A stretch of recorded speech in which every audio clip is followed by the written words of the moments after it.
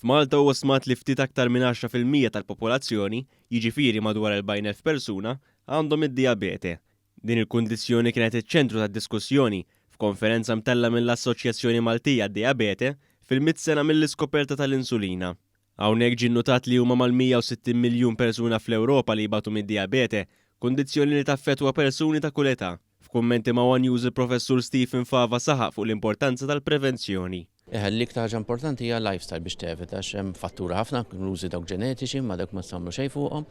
Imma lifestyle hija ħaġa importanti ħafna għax nafu li il-diabete t-tip hija relatata ħafna ma' piżejjed ġifi overweight u obeżità u tip ta' ikel li mhux tajjeb għas-saħħa, ġifi ħafna xaħmijiet, kaloriji żejjed, affett ta' ħelu.